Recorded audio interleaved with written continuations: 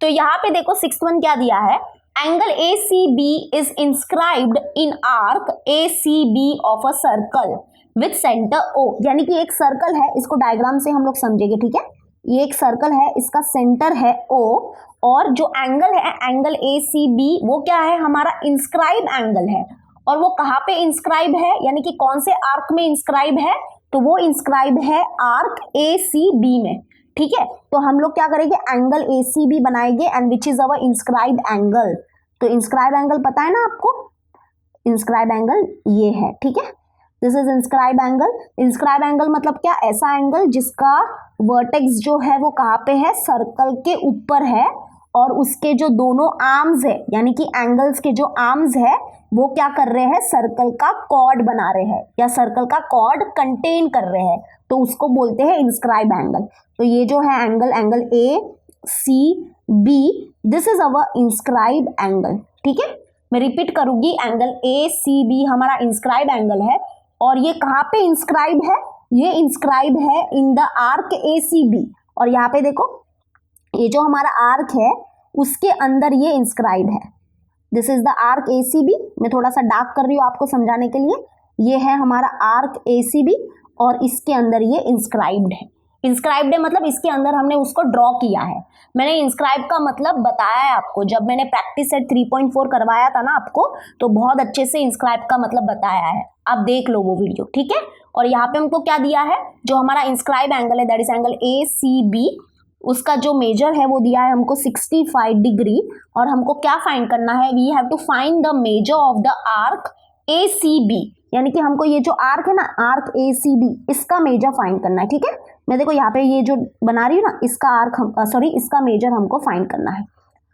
तो कैसे फाइंड करेंगे हम लोग, बहुत ईजी है। देखो यहाँ पे हम क्या करेंगे, सबसे पहले तो ये जो हमारा आर्क है, आर्क AB, इसका मेजर फाइंड करेंगे। इसका मेजर मिल जाएगा ना, तो फिर क्या करेंगे हम लोग, फिर देखो जैसे कि हमको पता है कि पूरा सर्कल जो होता है उसका मेजर क्या होता है, 360 डिग्री। तो 360 डिग्री में से हम इसका मेजर माइनस कर देंगे, तो हमको हमारे ये वाले आर्क का मेजर मिल जाएगा।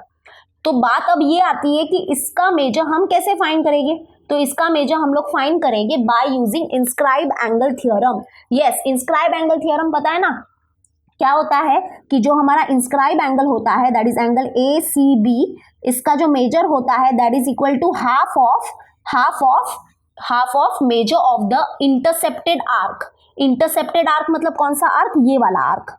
This is what, this is intercepted arc. यहाँ पे मैं लिख देती हूँ, इंटरसेप्टेड आर्क है ये, है ना। एंगल के अंदर जो आर्क होता है उसको हम बोलते हैं इंटरसेप्टेड आर्क। तो ये जो आर्क है दैट इज आर्क AB, ये है हमारा इंटरसेप्टेड आर्क। तो इंस्क्राइब एंगल थ्योरम हमको क्या बोलता है कि जो हमारा इंस्क्राइब एंगल होता है, ये हमारा इंस्क्राइब एंगल है, और ये इंस्क्राइब एंगल का जो मेजर होगा वो किसके इक्वल होगा, that is equal to half of measure of the intercepted arc, ठीक है। Measure of the intercepted arc, और इंटरसेप्टेड आर्क है हमारा AB। तो हमारे पास अगर ये है तो हमको ये आर्क का मेजर मिल जाएगा, दैट इज ये मिल जाएगा, ठीक है। तो हम लोग फटाफट देखते हैं क्या मिलता है। तो 65 degree is equals to half into measure of the arc AB। तो यहाँ पे ये 2 डिवाइड में है, तो यहाँ पे शिफ्ट हो जाएगा तो मल्टीप्लाई में हो जाएगा, that is 65 into 2 is equals to measure of the arc AB। तो 65 इंटू 2 करेंगे, तो 65 इंटू 2 दैट इज 2 5 10, 2 6 12, 12 प्लस 1 हो जाएगा 13, ठीक है। That is 130 degree is equal to measure of the arc AB, ठीक है। यानी कि हमको ये आर्क का मेजर मिल गया है। वो कितना मिला, 130 डिग्री। अब हमको क्या फाइंड करना है, हमको एक्चुअली में फाइंड करना है ये वाले आर्क का measure, that is arc ACB का मेजर। तो जैसे कि हमको पता है पूरा सर्कल जो होता है उसका मेजर क्या होता है, 360 डिग्री। तो यहाँ पे देखो, मैं यहाँ पे फटाफट लिखती हूँ, that is measure of the arc ACB plus measure of the arc AB is equal to 360 degree. ऐसा क्यों लिखा, क्योंकि ये दोनों आर्क क्या कर रहे हैं, पूरा कंप्लीट सर्कल बना रहे हैं, है ना। ये आर्क प्लस ये आर्क, तो ये पूरा सर्कल ही बन गया, और पूरा सर्कल का मेजर क्या होता है, 360 डिग्री, इसलिए इक्वल टू लिख दिया 360 डिग्री। अब हमको ये तो फाइंड करना है, that is measure of the arc A C B तो फाइंड करना है, और ये आर्क का मेजर हमको पता है और वो है 130 degree. Okay, is equals to 360 degree. That is ये हो जाएगा measure of the arc A C B is equal to क्या 360 डिग्री। थोड़ा सा नीचे लिखती हूँ, जगह कम है, 360 डिग्री, और ये प्लस 130 डिग्री है, यहाँ पे शिफ्ट हो जाएगा तो ये हो जाएगा माइनस 130 डिग्री।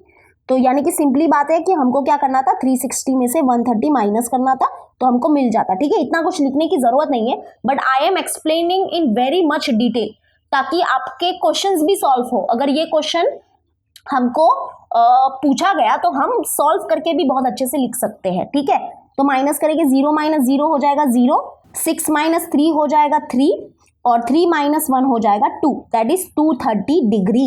ओके, 230 डिग्री, यानी कि ये जो आर्क है हमारा, उसका जो मेजर है वो कितना मिला, 230 डिग्री। ठीक है, चलो फटाफट मार्क कर लेते हैं।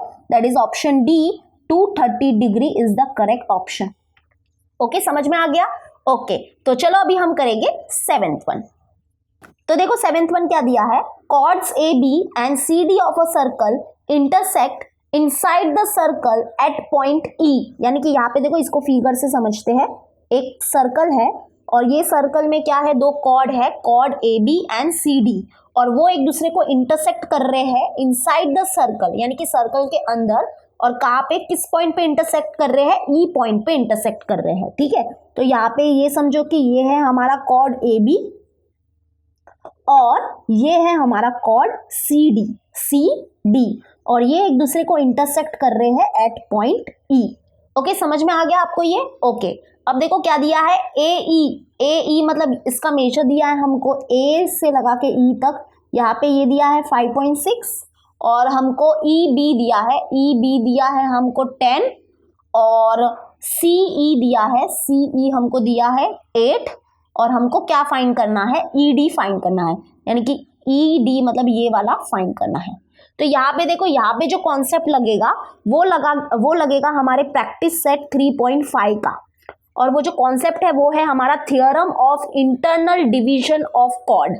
ओके, यहाँ पे ये थ्योरम क्या बोलता है कि अगर समझो कि एक सर्कल है और उस सर्कल के इंटीरियर में, ठीक है, इंटीरियर मतलब अंदर, अगर दो कॉर्ड्स क्या करते हैं, एक दूसरे को इंटरसेक्ट करते हैं, तो हमको कुछ ऐसा मिलेगा। कैसा मिलेगा, यानी कि जो ए ई, यानी कि ये हमारा कॉर्ड है, ये जो हमारा कॉर्ड है उसके ये सेगमेंट को जब हम क्या करेंगे, मल्टीप्लाई करेंगे, that is A E into E B करेंगे, तो वो किसके इक्वल मिलेगा, वो हमको इक्वल मिलेगा ये वाला जो हमारा कॉर्ड है ना, उसके सेगमेंट को मल्टीप्लाई करेंगे ना, उसके इक्वल मिलेगा। दैट इज ई सी बोले या सी ई बोले एक ही बात है, तो C E into E D. Okay, E D, ये कौन है, ये कौन बोलता है हमको, ये बोलता है हमको theorem of internal division of chord. ठीक है, ये थ्योरम क्या है कि जो हमारा ये अगर एक समझो एक सर्कल है, और इस सर्कल के अंदर अगर समझो कि दो कॉर्ड्स क्या करते हैं, एक दूसरे को इंटरसेक्ट करते हैं एक पॉइंट पे, तो जो हमारा जो समझो कि ये जो पहला कॉर्ड है उसके जो ये सेगमेंट है उसको हम जब मल्टीप्लाई करेंगे, मल्टीप्लाई किया तो that will be equal to what, जो हमारा दूसरा कॉर्ड है उसके सेगमेंट को मल्टीप्लाई करेंगे उसके इक्वल मिलेगा। दैट इज ये टुकड़ा इंटू ये टुकड़ा इज इक्वल टू ये टुकड़ा इंटू ये टुकड़ा। बस, बहुत ही सिंपल। अब यहाँ पे वैल्यूज को पुट करो, जो है और जो नहीं है वो हमको ऑटोमेटिकली मिल जाएगा। तो यहाँ पे देखो, ए ई है हमारे पास 5.6 इंटू ई बी कितना है, ई बी है हमारे पास 10 इज इक्वल्स टू सी ई हमारे पास है 8 इंटू ई डी हमको फाइंड करना है। ओके, तो यहाँ पे देखो 5.6 इंटू 10 देखो क्या हो जाएगा, ये हो जाएगा 56। ठीक है, आप इसको मल्टीप्लाई करके आराम से देख सकते हो ऐसे, वरना अगर आपको डायरेक्ट ये आ रहा है तो 56 आंसर है इसका। और यहाँ पे ये जो 8 मल्टीप्लाई में है ये यहाँ पे डिवाइड में हो जाएगा, तो that is equal to E D. Okay, समझ में आया। सबसे पहले तो इनको मल्टीप्लाई किया तो मिला 56, और ये जो 8 यहाँ पे मल्टीप्लाई में है यहाँ पे आ जाएगा तो ये डिवाइड में 8 हो जाएगा is equals to E D. तो दैट इज 8 1 जा 8 और ये हो जाएगा 8 7 जा 56, तो 7 is equal to E D, यानी कि ई डी है हमारा 7। ओके, तो option which, option A is the correct option, option A 7। Okay, समझ में आ गया। तो चलो अभी हम करेंगे 8th वन। तो चलो अभी हम करेंगे एथ वन। तो देखो एथ वन क्या है, in a cyclic quadrilateral ABCD twice the measure of the angle A is thrice the measure of the angle C and what we have to find, we have to find the measure of angle C। जैसे कि आप लोग को पता है कि cyclic quadrilateral क्या होता है ना, हमने ये कॉन्सेप्ट किया है। साइक्लिक क्वाड्रिलेटरल मतलब क्या, एक ऐसा क्वाड्रिलेटरल जिसके सारे वर्टाइसेस कहाँ पे है, सर्कल के ऊपर है, तो हम उस क्वाड्रिलेटरल को बोलते हैं साइक्लिक क्वाड्रिलेटरल। ठीक है, तो हम इसका सोल्यूशन देखते हैं क्या होगा। तो यहाँ पे देखो एक मैं क्वाड्रिलेटरल बना रही हूँ और वो जो हमारा क्वाड्रिलेटरल होगा वो होगा साइक्लिक क्वाड्रिलेटरल। ठीक है, ये देखो ये क्वाड्रिलेटरल जो है ABCD, ये क्या है, हमारा साइक्लिक क्वाड्रिलेटरल है, क्योंकि इसके सारे वर्टाइसेस जो है वो कहाँ पे है, सर्कल के ऊपर है। ओके, और हमको यहाँ पे एक कंडीशन दी है, देखो एंगल के बीच में कंडीशन दी है, ये जो कंडीशन है ना, इसको हम मैथमेटिकली लिखेंगे। यहाँ पे क्या दिया है, twice the measure of angle A, यानी कि ट्वाइस मतलब 2 टाइम्स। ठीक है, twice the measure of angle A, twice the measure of angle A is मतलब equal to is thrice the measure of the angle C। Thrice मतलब 3 times. ठीक है, thrice मतलब thrice the measure of the angle C। तो ये हमको condition दी है यहाँ पे, और हमको क्या फाइंड करना है, हमको ये एंगल C का मेजर फाइंड करना है। ओके, तो यहाँ पे ये कंडीशन आपको समझा, ये क्या बोलता है, यहाँ पे देखो ये कंडीशन को हमने मैथमेटिकली लिखा है, क्या है, twice the angle A, twice the measure of angle A is equal to thrice the measure of the angle C। ये हमको दिया है, हमको एंगल C फाइंड करना है। तो यहाँ पे देखो हमको साइक्लिक क्वाड्रिलेटरल के बारे में एक चीज पता है, और वो क्या है कि जो अपोजिट एंगल्स होते हैं साइक्लिक क्वाड्रिलेटरल के, वो क्या होते हैं, सप्लीमेंट्री होते हैं। बरोबर, ये हमने किया है। तो यानी कि अपोजिट एंगल मतलब सामने सामने वाले एंगल्स। ठीक है, तो यहाँ पे देखो, यहाँ पे जो angle A plus angle C होगा वो क्या होगा, 180 डिग्री होगा, बिकॉज वी नो दैट कि opposite angles of cyclic quadrilateral are supplementary. Supplementary मतलब क्या, कि जब हम उनको ऐड करेंगे तो हमको किसके इक्वल मिलेगा, 180 डिग्री के इक्वल मिलेगा। ठीक है, तो अब ये है हमारे पास एक चीज, और हमारे पास ये है एक और एक ये वाली चीज है। तो अभी इन दोनों का ही यूज करके हम एंगल C तक पहुंच सकते हैं। तो अब देखो यहाँ पे हम क्या करेंगे, यहाँ पे देखो यहाँ पे हम क्या करते हैं, ये जो एंगल है उसको एक तरफ लेते हैं, और ये जो हमारे नंबर है उनको एक तरफ लेते हैं। दैट इज एंगल A यहाँ पर ही रहने दो, ये मल्टीप्लाई में है एंगल C, तो ये डिवाइड में आ जाएगा angle C। Okay, equal to यहाँ पे 3 है, और ये जो मल्टीप्लाई में 2 है यहाँ पे आ जाएगा, तो ये हो जाएगा डिवाइड में 2। तो यानी कि angle A upon angle C is equal to 3/2, यानी कि इनका रेशियो हमारे पास है। तो जब भी रेशियो होता है तो हम क्या करते हैं, एक कॉमन मल्टीपल लेते हैं। बरोबर, तो हम यहाँ पे लेते हैं, let the common multiple be x, let the common multiple be x। तो जो एंगल A है वो हो जाएगा हमारा 3x डिग्री, और जो एंगल C है वो हो जाएगा हमारा 2x डिग्री। ओके, जब भी हमको ये रेशियो वाली साइन हटानी है तो हम क्या करने का, कॉमन मल्टीपल ले लेने का। तो कॉमन मल्टीपल ले लिया x, तो जो एंगल A हो जाएगा वो हो जाएगा 3x डिग्री, और एंगल C हो जाएगा 2x डिग्री। देखो अभी एंगल A और एंगल C मिल गए हैं, अभी यहाँ पे ये वैल्यू को पुट करेंगे तो हमको x मिल जाएगा। ठीक है, x मिल जाएगा, और जब हमको x मिल जाएगा ना, तो x की वैल्यू यहाँ पे पुट कर देंगे और हमको हमारा एंगल C मिल जाएगा। ठीक है, डोंट वरी, बहुत ही ईजी है। एंगल A है हमारे पास 3x प्लस एंगल C है हमारे पास 2x is equals to 180 degree. 3x plus 2x हो जाएगा 5x is equals to 180 degree, that is x is equals to हो जाएगा 180/5। ठीक है, समझ में आ गया। तो that is x is equals to 5 1 जा 5, 5 3 जा 15 हो जाएगा, और यहाँ पे बचेगा 3, तो दैट इज 5 6 जा 30। तो हमको x मिला 36, x 36 मिला है। ठीक है, हमको एंगल C 36 नहीं मिला है, गलती से 36 मार्क करके मत आ जाना। ओके, x मिला है हमको 36, आई रिपीट अगेन, x मिला है हमको 36, अभी तक हमको एंगल C नहीं मिला है। अब हम क्या करेंगे, ये x की वैल्यू यहाँ पे पुट करेंगे और हमको तब जाके एंगल C मिलेगा। तो यानी कि एंगल C है हमारा 2x डिग्री, तो हम x के जगह पे यहाँ पे पुट करेंगे 36, तो दैट इज 36 इंटू 2 करो, 36 इंटू 2 करेंगे तो 2 6 जा 12, 2 3 ज़ा 6 plus 1 7, that is 72. 72 degree is our answer. ठीक है, समझ में आया? ओके, तो that is option B. Option B 72 is the correct option. समझ में आया? यहाँ पे कॉमन मल्टीपल लिया तो कॉमन मल्टीपल लेने से एंगल ए और एंगल सी मिल गया था, लेकिन एक्स के फॉर्म में मिला था. तो हमको एक्स फाइंड करना था, तो उसके लिए हमने क्या किया, यहाँ पे सारे वैल्यूज को पुट किया, एक्स फाइंड किया, फिर एक्स की वैल्यू यहाँ पे पुट की और हमको सी मिल गया. बहुत ही ईजी है. चलो इसको नोट डाउन कर लो. अब हम करेंगे 9th वन. तो चलो अभी हम करेंगे 9th वन. तो यहाँ पे देखो क्या दिया है, points A B C are on the circle. यानी कि हमको क्या करना पड़ेगा, देखो फिगर भी हम साथ साथ में बना रहे हैं. तो एक सर्कल है और इस सर्कल के ऊपर कौन कौन से पॉइंट है, पॉइंट्स ए बी एंड सी. तो हम यहाँ पे पॉइंट ए ले लेते हैं, यहाँ पे बी ले लेते हैं और यहाँ पे सी ले लेते हैं. ठीक है, ऑन द सर्कल मतलब सर्कल के ऊपर, सर्कल के अंदर नहीं और सर्कल के बाहर भी नहीं, सर्कल के ऊपर. और क्या दिया है हमको, such that measure of the arc AB is equal to measure of the arc BC and that is equal to 120 degree. यानी कि हमको क्या बोला है, ये जो आर्क है, आर्क AB मतलब इस आर्क की बात हो रही है, आर्क AB और ये जो आर्क BC है वो क्या है, इक्वल है.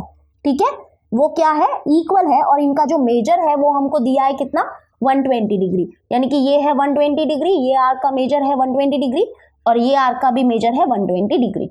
और क्या बोला है, no point except point B is common to the arcs.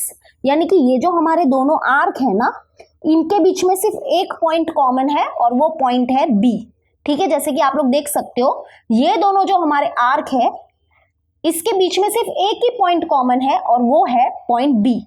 तो पॉइंट बी ही सिर्फ क्या होना चाहिए, कॉमन होना चाहिए ये दोनों आर्क के बीच में. ठीक है, ऐसा यहाँ पे बोला है. और हमको क्या बोला है, क्या हमको फाइंड करना है, which is the type of triangle ABC. यानी कि जो ट्राइंगल ABC है ना उसका क्या टाइप है वो हमको बताना है. तो सबसे पहले हमको ट्राइंगल ABC बनाना पड़ेगा. तो इसके लिए हमको A को B से ज्वाइन करना पड़ेगा, B को C से ज्वाइन करना पड़ेगा और C को A से ज्वाइन करना पड़ेगा. तो यहाँ पे देखो, यहाँ पे एक ट्राइंगल है ABC और हमको ये बताना है कि ये कौन से टाइप का ट्राइंगल है. क्या ये इक्विलेटरल ट्राइंगल है, कि स्केलेन ट्राइंगल है, कि राइट एंगल ट्राइंगल है या आइसोसेलेस ट्राइंगल है. ठीक है, तो यहाँ पे हम लोग कैसे बताएंगे, बहुत ही ईजी है. सबसे पहले तो देखो, तो यहाँ पे देखो, यहाँ पे हमको ये आर्क का मेजर दिया है और ये भी आर्क का मेजर दिया है, लेकिन ये आर्क का मेजर क्यों नहीं दिया. तो हम क्या करेंगे, सबसे पहले तो ये आर्क का मेजर फाइंड करेंगे. और वो कैसे करेंगे, जैसे कि हमको पता है कि एक कंप्लीट सर्कल जो होता है वो 360 डिग्री का होता है, बरोबर. और ये तीनों आर्क को जब हम जोड़ देंगे तो हमको 360 डिग्री के इक्वली मिलेगा. क्यों, क्योंकि ये तीनों आर्क से ही तो हमारा पूरा सर्कल बना है. दैट इज हम क्या बोल सकते हैं कि मेजर ऑफ द आर्क, मैं थोड़ा सा फटाफट शॉर्टकट में लिखती हूँ, measure of the arc AB plus measure of the arc BC plus measure of the arc AC is equal to what, 360 degree. Okay, because a complete circle is of 360 degree measure. तो AB है हमारे पास कितना, 120 degree, ये भी हमारे पास है 120 degree. तो plus ये हमारे पास नहीं है और इसको ही हम लोग फाइंड करना चाहते हैं. तो यहाँ पे 120 degree plus 120 degree plus measure of the arc AC is equal to 360 degree.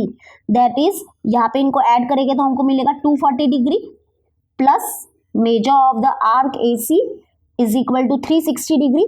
तो इसको अगर हमको फाइंड करना है तो हमको 240 को यहाँ पे शिफ्ट करना पड़ेगा. That is 360 degree minus 240 degree. तो हमको कितना मिलेगा, 360 में से 240 माइनस करेंगे तो मिलेगा 120 डिग्री. ओ, यानी कि हमको ये आर्क का मेजर भी कितना मिला, 120 मिला. यानी कि ये तीनों आर्क कॉन्ग्रेंट है. अरे वाह, मतलब ये तो बहुत अच्छी बात है. और हमने एक कॉन्सेप्ट किया था, देखो अभी मैं आपको याद दिलाती हूँ वो कॉन्सेप्ट क्या है, कि अगर आर्क्स क्या है, कॉन्ग्रेंट है, तो उनके करस्पॉन्डिंग कॉर्ड्स भी क्या होते हैं, कॉन्ग्रेंट होते हैं. ये एक थ्योरम है, ये हमारे इसी चैप्टर का थ्योरम है. वो थ्योरम क्या है कि अगर यहाँ पे देखो वो थ्योरम क्या है, कि जो the chords corresponding to congruent arcs of a circle are congruent. यानी कि अगर एक सर्कल है और उसके आर्क्स क्या है, कॉन्ग्रेंट है. यहाँ पे देखो ये तीनों आर्क्स क्या है, कॉन्ग्रेंट है.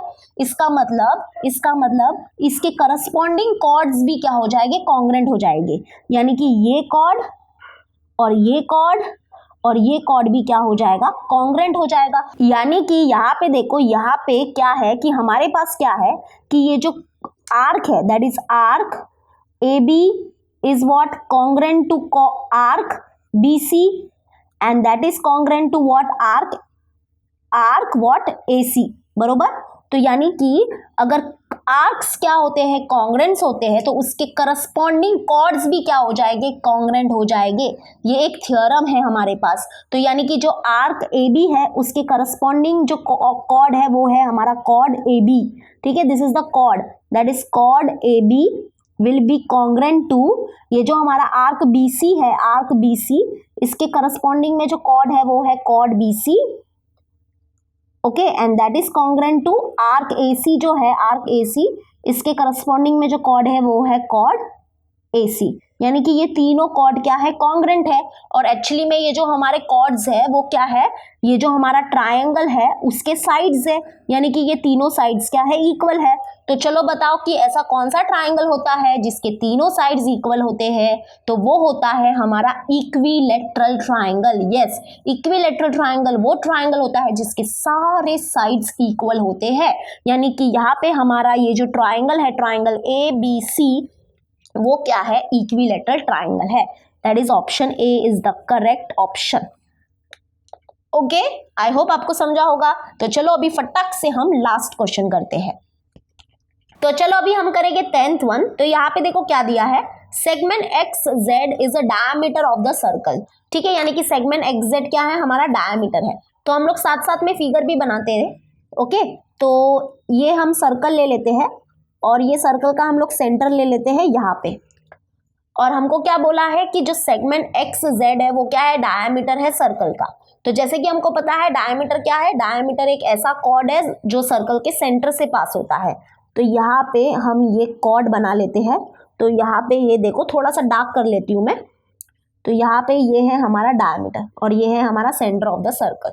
तो यहाँ पे है एक्स और यहाँ पे है जेड, ओके। और क्या दिया है हमको, point y lies in its interior, यानी कि एक पॉइंट y है जो सर्कल के अंदर लाई करता है, ठीक है। इंटीरियर मतलब सर्कल के अंदर। तो यहाँ पे हम लोग ले लेते हैं हमारे पॉइंट y को, ठीक है। आप चाहो तो कहाँ पे भी ले सकते हो, मैंने यहाँ पे ले लिया, ओके। अंदर है ना, तो यहाँ पे लो, यहाँ पे लो, यहाँ पे लो, यहाँ पे लो, यहाँ पे लो, कहाँ पे भी ले सकते हो। और हमको क्या बोला है, how many of the following statements are true, यानी कि यहाँ पे देखो, यहाँ पे हमारे पास 4 स्टेटमेंट है, ओके। 4 स्टेटमेंट है, 1 2 3 4। और हमको ये बताना है कि इसमें से कितने स्टेटमेंट ट्रू है। क्या इसमें से ओनली 1 ट्रू है, क्या इसमें से ओनली 2 ट्रू है, या ओनली 3 ट्रू है, या ऑल ट्रू है, यानी कि ये चारों के चारों ट्रू है, ये हमको बताना है। तो यहाँ पे देखो, ये चारों स्टेटमेंट को अगर तुम लोग पढ़ोगे ना एक बार, तो यहाँ पे angle X Y Z, angle X Y Z, angle X Y Z और एंगल एक्स वाई जेड की बातें चल रही है, ठीक है। तो सबसे पहले मैं फिगर में क्या करती हूँ, एंगल एक्स वाई जेड बना देती हूँ। तो एंगल एक्स वाई जेड बनाने के लिए मुझे यहाँ पे ये बनाना पड़ेगा। तो यहाँ पे हमको इस एंगल की शायद कुछ बातें चल रही है, जरा देख लेते हैं क्या बातें चल रही है। यहाँ पे क्या बोला है, it is not possible that angle X Y Z is an acute angle, यानी कि फर्स्ट स्टेटमेंट हमको क्या बोल रहा है कि ये पॉसिबल ही नहीं है कि एंगल एक्स वाई जेड क्या होगा, एक एक्यूट एंगल होगा, ठीक है। नेक्स्ट स्टेटमेंट क्या बोलता है, angle X Y Z can not be right angle, यानी कि ये नेक्स्ट स्टेटमेंट बोल रहा है कि एंगल एक्स वाई जेड जो है वो राइट एंगल नहीं हो सकता, ओके। और देखते हैं क्या बोलता है स्टेटमेंट 3। ये स्टेटमेंट 3 बोलता है कि angle X Y Z is an obtuse angle, यानी कि हमको ये बोलता है कि जो हमारा एंगल एक्स वाई जेड है वो एक ऑब्ट्यूज एंगल है। और लास्ट स्टेटमेंट हमको बोलता है कि can't make a definite statement for measure of angle X Y Z, यानी कि हम ये एंगल के बारे में कुछ एक फिक्स स्टेटमेंट हम नहीं दे पाएंगे, ओके। तो एक एक करके हम लोग इसको देखेंगे, बिल्कुल भी टेंशन मत लो। इसमें से हम देखने वाले हैं कि कौन सा ट्रू है और कौन सा फॉल्स है। तो सबसे पहले यहाँ पे थोड़ा सा कंस्ट्रक्शन करना है। यहाँ पे देखो, यहाँ पे हम क्या करेंगे, इसको थोड़ा सा एक्सटेंड करेंगे, एक्स वाई को थोड़ा सा एक्सटेंड करेंगे, ठीक है। और हम यहाँ पे एक्चुअली में हम क्या कर रहे हैं, यहाँ पे एक एंगल बना रहे हैं, इंस्क्राइब एंगल बना रहे हैं, ठीक है। तो एक्स वाई को क्या करेंगे, एक्सटेंड करेंगे और यहाँ पे इस पॉइंट को हम लोग नाम ले लेते हैं P, और फिर P और Z को क्या करेंगे, ज्वाइन करेंगे, P और Z को क्या करेंगे हम लोग ज्वाइन करेंगे। ठीक है, ये समझा आपको फिगर। 1 मिनट में थोड़ा सा फिगर बड़ा बना देती हूँ आपको समझाने के लिए। यहाँ पे देखो ये है सर्कल, ये है हमारा एक्स जेड, ये है हमारा सर्कल का सेंटर। ठीक है, और यहाँ पे हमने हमारे पॉइंट Y को लिया था और यहाँ पे है एंगल एक्स वाई जेड। अब देखो इसको यहाँ पे ये एंगल के बारे में हमको बोला है कि ये एंगल क्या क्या हो सकता है, क्या क्या नहीं हो सकता है, यहाँ पे लिखा है, तो उसको मुझे प्रॉपरली एक्सप्लेन करना पड़ेगा। इसलिए हमको एक फिगर, एक क्या लगेगा, कंस्ट्रक्शन टाइप कुछ लगेगा। तो हम क्या कर रहे हैं, यहाँ पे इसको थोड़ा सा एक्सटेंड कर रहे हैं, इसको यहाँ पे पॉइंट ले लिया P और इस P को Z से ज्वाइन करेंगे। ठीक है, समझ में आ गया। तो यहाँ पे ये कंस्ट्रक्शन है, P में जो किया है ना वो कंस्ट्रक्शन है। अब यहाँ पे देखो, ये फिगर को रहने दो, ये फिगर दोबारा मैंने थोड़ा सा बड़ा बनाया है। अब यहाँ पे देखो, यहाँ पे ये है हमारा डायमीटर। अगर ये डायमीटर है मतलब ये जो होगा वो होगा हमारा सेमी सर्कुलर आर्क, है ना। ये जो होगा ये होगा हमारा semi circular arc, semi circular arc. That is diameter क्या करता है, सर्कल को क्या कर देता है, हाफ हाफ में डिवाइड कर देता है। यानी कि ये हो जाएगा हमारा एक सेमी सर्कल और ये हो जाएगा हमारा एक सेमी सर्कल। तो जैसे कि हमको पता है कि अगर सेमी सर्कल में जो एंगल इंस्क्राइब होते हैं वो क्या होते हैं, 90 डिग्री के होते हैं, बरोबर। यानी कि यहाँ पे देखो ये जो एंगल एक्स पी जेड है ये क्या होगा, 90 डिग्री का होगा।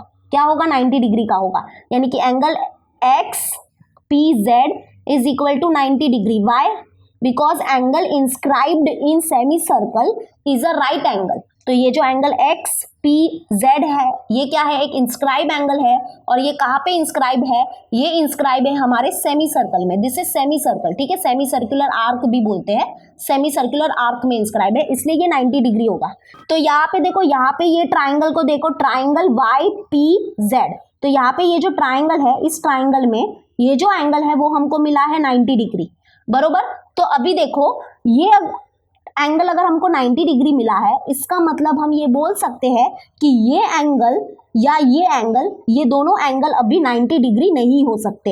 ये दोनों एंगल क्या हो सकते हैं, 90 डिग्री बिल्कुल भी नहीं हो सकते हैं। ऐसा क्यों? क्योंकि देखो we know that sum of all the angles of the triangles is 180 degree, is 180 degree. तो अगर ये 90 डिग्री हो गया है, इसका मतलब ये जो होंगे वो 90 डिग्री बिल्कुल भी नहीं होंगे। ये दोनों क्या होंगे, 90 डिग्री से छोटे होंगे, है ना। ये लॉजिक समझ पा रहे हो? क्योंकि इनका जो एडिशन होगा वो क्या होगा, 90 डिग्री होगा। लेकिन ये अकेले अकेले में 90 डिग्री नहीं हो सकते। तो अगर ये 90 डिग्री नहीं हो सकता, ये अगर 90 डिग्री नहीं हो सकता है, तो आप लॉजिक लगाओ ये भी एंगल जो होगा वो हमारा 90 डिग्री नहीं होगा। ठीक है, ये भी हमारा 90 डिग्री नहीं होगा। यानी कि हम यहाँ से हमको एक चीज पता चली, वो क्या पता चली कि एंगल एक्स वाई जेड जो है वो 90 डिग्री नहीं हो सकता। यानी कि यहाँ पे ये जो सेकंड स्टेटमेंट है वो थोड़ा सा हमको सही लग रहा है। That is angle X Y Z can not be a right angle. ये राइट एंगल नहीं हो सकता। ओके, क्यों नहीं हो सकता समझा ना।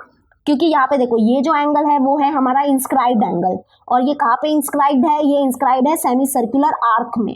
तो यानी कि ये है हमारा 90 डिग्री। अगर ये 90 डिग्री है तो इस ट्राइंगल में और कोई भी एंगल 90 डिग्री का नहीं हो सकता। एक ट्राइंगल में सिर्फ एक ही एंगल क्या हो सकता है, 90 डिग्री का हो सकता है। ओके, तो अगर ये 90 डिग्री का नहीं होगा मतलब ये भी हमारा 90 डिग्री का नहीं होगा। तो यानी कि ये ऑप्शन राइट लग रहा है। अब और देखो, और मैं बताती हूँ। यहाँ पे देखो, एक हमने एक 9th स्टैंडर्ड में एक कॉन्सेप्ट किया था कि अगर समझो एक ट्राइंगल है, दिस इज ट्राइंगल, इसको थोड़ा सा एक्सटेंड कर देते हैं। ये है ट्राइंगल ए बी सी और यहाँ पे पॉइंट ले लेते हैं डी। तो यहाँ पे देखो ये है हमारा what, exterior angle. This is what, exterior angle of the triangle, exterior angle of the triangle. और एक्सटीरियर एंगल जो होता है वो हमेशा क्या होता है, ग्रेटर होता है। मैं यहाँ पे लिख देती हूँ, एक्सटीरियर एंगल क्या होता है, हमेशा ग्रेटर होता है उसके रिमोट इंटीरियर एंगल से। ठीक है, रिमोट इंटीरियर एंगल से। अब ये रिमोट इंटीरियर एंगल क्या होते हैं, मतलब यहाँ पे देखो ये जो हमारा एक्सटीरियर एंगल है उसका जो रिमोट इंटीरियर एंगल होंगे वो क्या होंगे, ये दोनों होंगे। मतलब ये क्या होंगे, हमारे रिमोट इंटीरियर एंगल होंगे। अब कैसे, जैसे कि देखो ये एक्सटीरियर एंगल है हमारा, ये ट्राइंगल का एक्सटीरियर एंगल। एक्सटीरियर एंगल मतलब ट्राइंगल के बाहर एंगल, और एक्सटीरियर एंगल जो है इसके बाजू में ही क्या है, एक इंटीरियर एंगल है। ये क्या है, इंटीरियर एंगल है। तो इस इंटीरियर एंगल को छोड़ के बाकी के जो दो इंटीरियर एंगल है ना ट्राइंगल के, उसको हम बोलते हैं रिमोट इंटीरियर एंगल। क्या बोलते हैं, रिमोट इंटीरियर एंगल। तो हमारा जो एक्सटीरियर एंगल होता है वो हमेशा ग्रेटर होगा किससे, रिमोट इंटीरियर एंगल से। तो यहाँ पे भी वही कॉन्सेप्ट लगेगा। यहाँ पे देखो ये है हमारा ट्राइंगल, ये हमारा ट्राइंगल है, और यहाँ पे देखो ये जो है यहाँ पे देखो ये जो है ये हमारा क्या है, एक्सटीरियर एंगल है। तो ये जो एक्सटीरियर एंगल होगा वो किससे ग्रेटर होगा, इसके रिमोट इंटीरियर एंगल से। और इसके रिमोट इंटीरियर एंगल है ये वाला और ये वाला, ये वाला और ये वाला। दैट इज ये जो एंगल है, एंगल XYZ, ये हमेशा क्या होगा, ग्रेटर होगा किससे, इसके रिमोट इंटीरियर एंगल से। तो मतलब कि एक रिमोट इंटीरियर एंगल का मेजर हमारे पास है और वो कितना है, 90 डिग्री। तो यानी कि ये जो एक्सटीरियर एंगल होगा वो हमेशा 90 डिग्री से ग्रेटर होगा, यानी कि इसको 90 डिग्री से ग्रेटर होना ही पड़ेगा, ये एक प्रॉपर्टी है। तो यानी कि यहाँ से हमको एक और एक चीज मिली कि एंगल XYZ क्या होगा, always greater than 90 degree. Always greater than 90 degree मतलब क्या, कि वो एक ऑब्ट्यूज एंगल होगा, ऑब्ट्यूज एंगल होगा। तो यहाँ पे देखो एक ऑप्शन है, एक स्टेटमेंट है, और वो क्या है, angle XYZ is an obtuse angle. Yes, ये सही है। क्या है कि ये एक ऑब्ट्यूज एंगल है। अगर ये एक ऑब्ट्यूज एंगल है मतलब आप दिमाग लगाओ कि ये कभी भी एक्यूट एंगल नहीं हो सकता है ना। अगर एंगल XYZ क्या है, ऑलवेज ग्रेटर देन 90 डिग्री है, इसका मतलब ये एक एक्यूट एंगल नहीं हो सकता, ये एक एक्यूट एंगल नहीं हो सकता। या तो एंगल ऑब्ट्यूज हो सकते हैं या एक्यूट हो सकते हैं, है ना। तो यानी कि अगर एंगल XYZ क्या है, ऑब्ट्यूज एंगल है, तो वो एक एक्यूट एंगल नहीं हो सकता। यानी कि हम बोल सकते हैं फर्स्ट वन स्टेटमेंट है, ये भी राइट हो गया। क्यों, यहाँ पे क्या लिखा है, it is not possible that angle XYZ is an acute angle. यानी कि यहाँ पे क्या बोलता है कि ये जो एंगल XYZ है वो एक्यूट एंगल नहीं हो सकता। तो ये बात सही है कि वो एक्यूट एंगल नहीं हो सकता, क्योंकि वो ऑब्ट्यूज एंगल होने वाला है, that is greater than 90 degree होने वाला है वो। ठीक है, तो यहाँ पे ये समझा कि ये जो एंगल XYZ है वो 90 डिग्री नहीं हो सकता। ठीक है, वो 90 डिग्री नहीं हो सकता। क्यों, क्योंकि ये अगर 90 डिग्री है तो यानी कि इस ट्राइंगल के बाकी के कोई भी एंगल 90 डिग्री बिल्कुल भी नहीं हो सकते। यानी कि ये अगर 90 डिग्री नहीं है तो ऑब्वियसली ये भी 90 डिग्री नहीं होगा। ओके, तो ये 90 डिग्री नहीं हो सकता। ये एक ऑब्ट्यूज एंगल हमको मिला है। अगर ये एक ऑब्ट्यूज एंगल मिला है इसका मतलब ये एक्यूट एंगल भी नहीं होगा। ओके, एक्यूट एंगल भी नहीं होगा। तो यहाँ पे हमको ये तीनों चीज मिले हैं। तो ये तीनों स्टेटमेंट क्या है, राइट है। और फोर्थ स्टेटमेंट क्या बोलता है, can't make a definite statement for measure of angle XYZ। यानी कि ये क्या बोल रहा है कि हम ये जो हमारा एंगल XYZ है उसके बारे में हम कोई एक फिक्स स्टेटमेंट नहीं दे सकते। लेकिन यहाँ पे तो हमने एक फिक्स स्टेटमेंट बहुत अच्छे से दे दिया है ना। यानी कि ये तीनों स्टेटमेंट हमारे ट्रू है। यानी कि हमारा ऑप्शन कौन सा राइट होगा, ऑप्शन सी। ऑप्शन सी क्या बोलता है, only three statements are true, है ना। यहाँ पे क्या बोला है, how many of the following statements are true, तो ओनली 3। हम क्या बोलेंगे, ये तीनों स्टेटमेंट क्या है, ट्रू है। Only 3 statement are true, option C only 3। I hope आपको ये कॉन्सेप्ट समझ में आया होगा। कॉन्सेप्ट समझना बहुत इंपॉर्टेंट है। एक बार फिर से मैं ये एक्सटीरियर एंगल वाला बता देती हूँ। जैसे कि अगर समझो कि एक ये ट्राइंगल है, ये ट्राइंगल है ABC। तो ये जो हमारा एक्सटीरियर एंगल होता है ना, ये है हमारा exterior angle of the triangle. तो जो एक्सटीरियर एंगल होता है ना ट्राइंगल का, वो हमेशा क्या होता है, ग्रेटर होता है। किससे ग्रेटर होता है, उसके रिमोट इंटीरियर एंगल से। Remote interior angle. And what is remote interior angle, अब देखो यहाँ पे इंटीरियर मतलब क्या, ट्राइंगल के अंदर वाले एंगल। ठीक है, तो ट्राइंगल के अंदर तो 3 एंगल होते हैं, लेकिन हमको रिमोट बोला है। रिमोट इंटीरियर एंगल मतलब क्या, अब देखो ये एक्सटीरियर एंगल जो है इसके बाजू में भी एक इंटीरियर एंगल है, बट ये हमारा रिमोट इंटीरियर एंगल नहीं होता है। इसको छोड़ के बाकी के जो 2 एंगल्स है ट्राइंगल के अंदर, वो होते हैं हमारे रिमोट इंटीरियर एंगल। ठीक है, तो एक्सटीरियर एंगल हमेशा इनसे ग्रेटर होगा। तो वही लॉजिक हमने यहाँ पे लगाया है। ये हमारा ट्राइंगल है, अगर ये हमारा ट्राइंगल है तो इसके एक्सटीरियर एंगल, ये क्या हो जाएगा, exterior angle of this triangle. तो ये एक्सटीरियर एंगल क्या होगा, हमेशा इसके रिमोट इंटीरियर एंगल से ग्रेटर होगा। तो हमारे पास ये रिमोट इंटीरियर एंगल है, इसका क्या है 90 डिग्री है, तो यानी कि ये जो होगा वो हमेशा मतलब कि इसके रिमोट इंटीरियर एंगल से ग्रेटर होगा, दैट इज 90 डिग्री से ग्रेटर होगा।